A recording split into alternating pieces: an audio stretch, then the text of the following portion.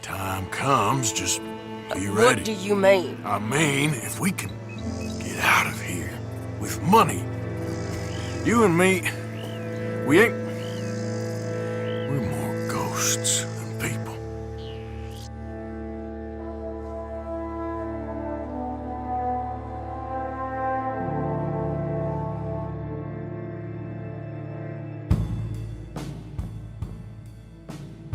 Red Dead Redemption 2 is set in 1899, showing the life of outlaws and the dying era of the Wild West. The main character, Arthur Morgan, is the hardened protagonist of the story. Arthur is a man who cares deeply for his gang, even as an outlaw. And Arthur is a part of the Vanderlyn Gang, a group of people who all care deeply for each other, but they all have one thing in common: loyalty. Loyalty to their leader, Dutch Vanderlyn, and loyalty to one another. After a botched heist, the gang are on the run. They survive for multiple days out in the snow with little food before moving out of the mountains and into high country.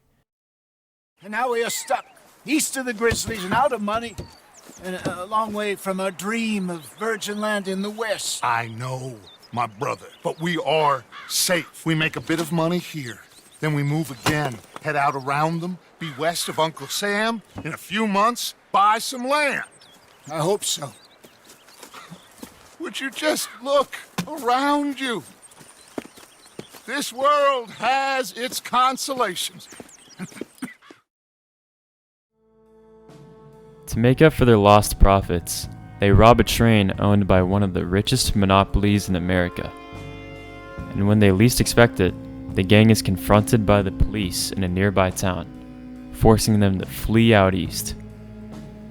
In the east, they settle in Lemoyne, a town owned by two family monarchs. Dutch tries to pit both families against each other by playing both sides, but it ultimately fails. They get ambushed from one family, which results in the death of a gang member. He was a good kid. Well, how the hell was I to know? Let me see. They set us up once before. They didn't like us. We destroyed their farm. Should I go on? Go easy on him, Morgan. He was out trying to find a lead, same as you, same as Hosea. All you do is complain when things don't work out, except when it's your goddamn fault. You don't know what you're talking about. You don't give a damn about nobody but yourself. Oh, you act so high and mighty. One bank robbery after another. The law soon catches up to Dutch, killing two of the members of the gang. A small group of the gang barely escapes from the law, but they escape empty-handed and with deep regret about their actions. Once again, they are left mourning the death of their family while being left without profit. After the law dies down, Dutch becomes wrapped up in the sheer madness of the past robberies. And so, Arthur becomes wary of Dutch due to his decline in compassion for the gang's well-being, while the rest of them are at each other's throats due to rising tensions. And When Springin' John brings the law down on all of us, what then, Arthur? Well, I guess we'll have another fight on our hands. Loyalty, Arthur, it ain't. I had a goddamn plan! John, you are my brother. You are my son. I was coming for you. They was talking of hanging me, Dutch. They was talking. They was talking. And now they may come and hang us all. At this point, the gang is just a former shell of what it used to be.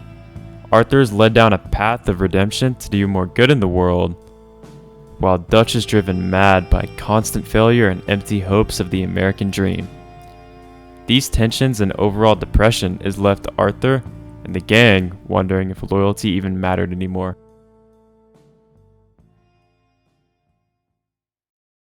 You silly boy. Archie, what we do? Get out of here. Go. Live someplace else. Start over. Here. Take this. I don't need it no more. I don't want your money. Yeah, I know you don't want it. I don't. You sure as shit need it.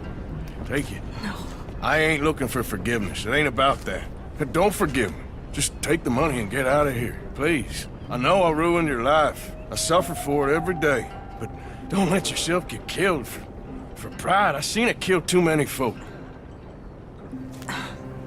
Don't say anything. Don't thank me. Just take the money and pack your bags. That's all I gotta say. Thank you, Mr. Morgan. I said don't thank me. Get out of here. Please.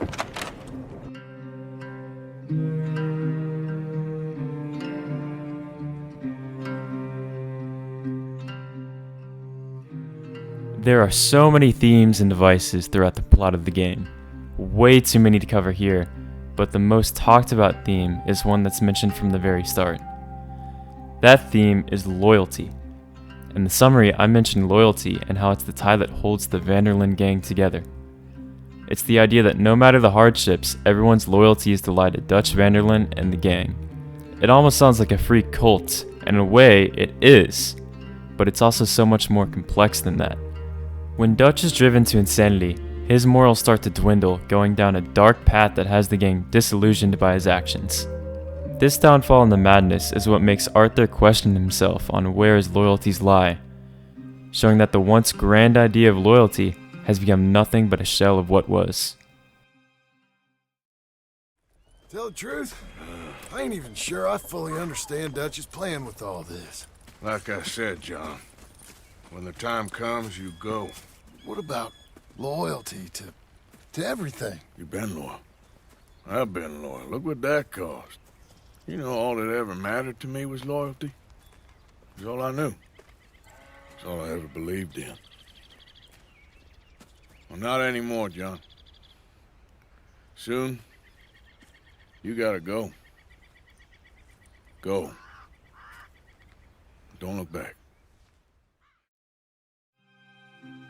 Later in the game, Arthur is out to set fire to a bridge in preparation for an upcoming heist, while Dutch is growing more restless as he gets involved with more chaos. This act of burning the bridge is symbolism. It symbolizes the divide between Arthur and Dutch. Dutch's ideas for a grand heist into retirement seem to fade away, as his only intent is to cause more chaos in the world around him. With the bridge gone, just the two sides of the bridge are left, the side of redemption and the side of anarchy.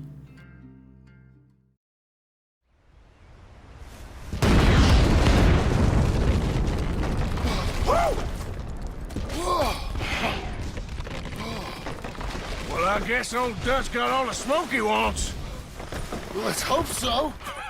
You really think that that'll draw attention away from us? I guess we'll see.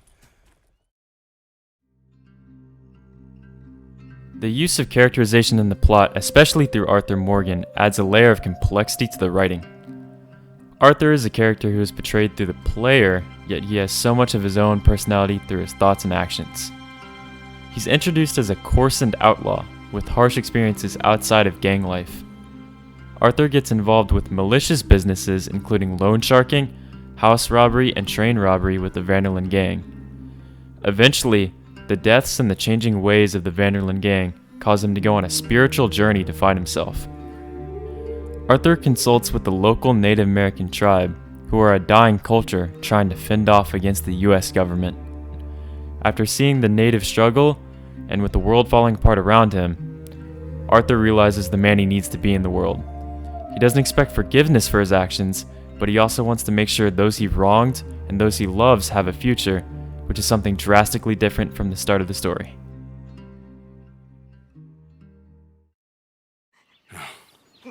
You gotta go get that boy. Come on, get out of here. Arthur, what are you doing? I gotta go have a little chat before I get much sicker. No, Arthur. Don't you owe Arthur me.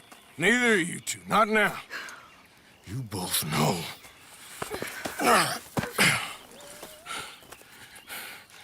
You're good women. Good people. The best. You go get that boy. There'll be time for sorrow later. The line, "Don't look back," and variations of it are repeated throughout the entire story, putting emphasis on repetition. Many characters other than Arthur also repeat the same line. So what does this mean? This line represents the theme of self-redemption in Arthur and the characters around him.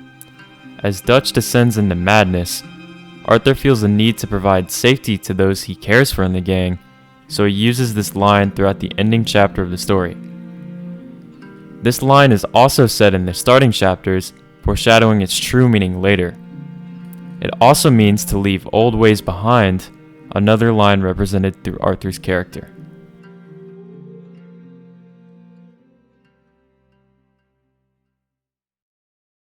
I don't know if you're aware, but this is a civilized land now.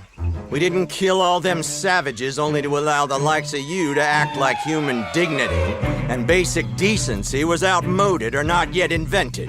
This thing, it's done. This place ain't no such thing as civilized. It's man. So in love with greed, he has forgotten himself and found only appetites. And as a consequence, that lets you take what you please, kill whom you please, and hang the rest of us? Who made you the messiah to these lost souls you've led so horribly astray? I'm nothing but a seeker, Mr. Milton. You ain't much of anything more than a killer, Mr. Vanderlyn.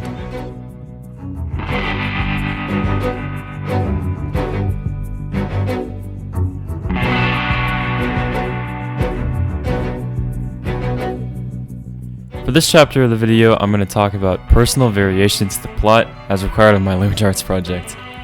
This entire section is going to be a big what if. Some of the many decisions the characters make in the story of this game aren't very good ones, and most of them lead to a shootout leaving many dead.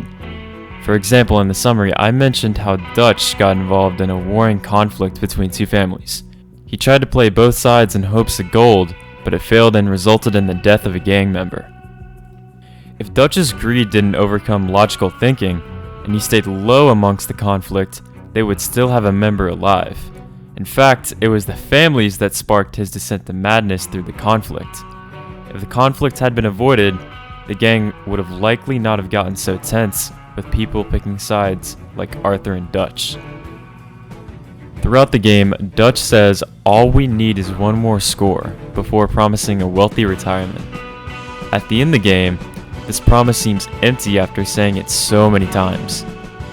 If they were higher in the ranks of society, or if they lived in the prime years of the Wild West, they would likely be in retirement.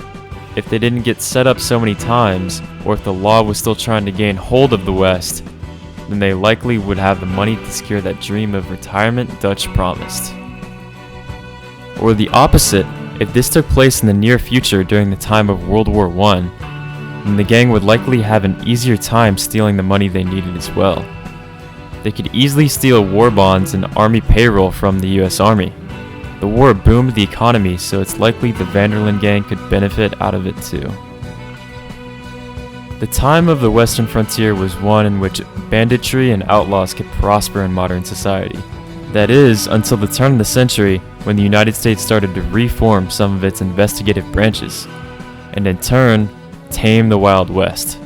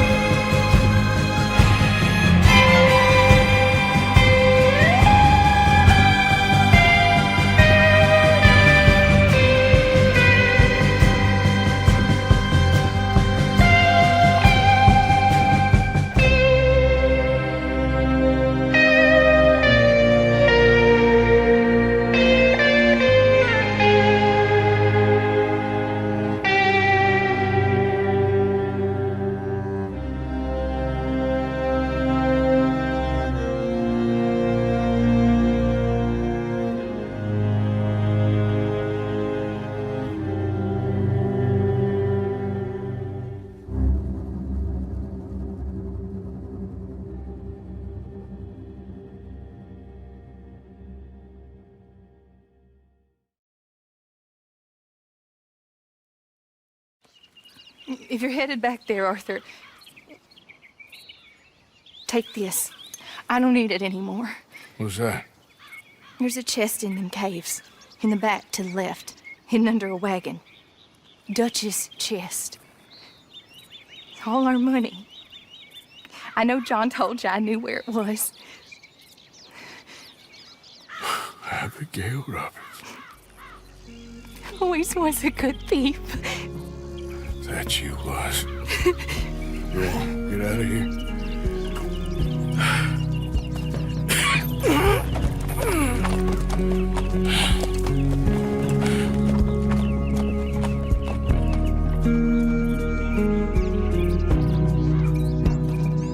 Yeah. The many miles we walk, the many things we learn. The building of a shrine, only just to burn.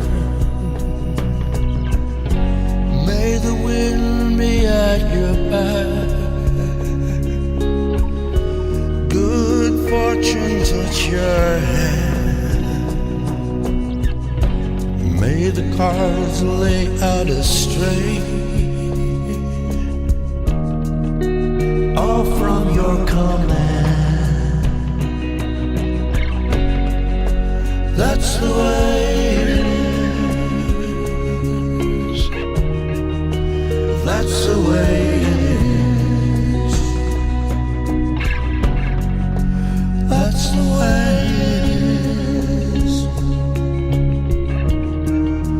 That's the way it is. Blue heron leaves the northern sky, trust the journey to new high. What's the meaning of the scar if we don't learn how to heal? Should we ever be apart, then how does it feel? That's the way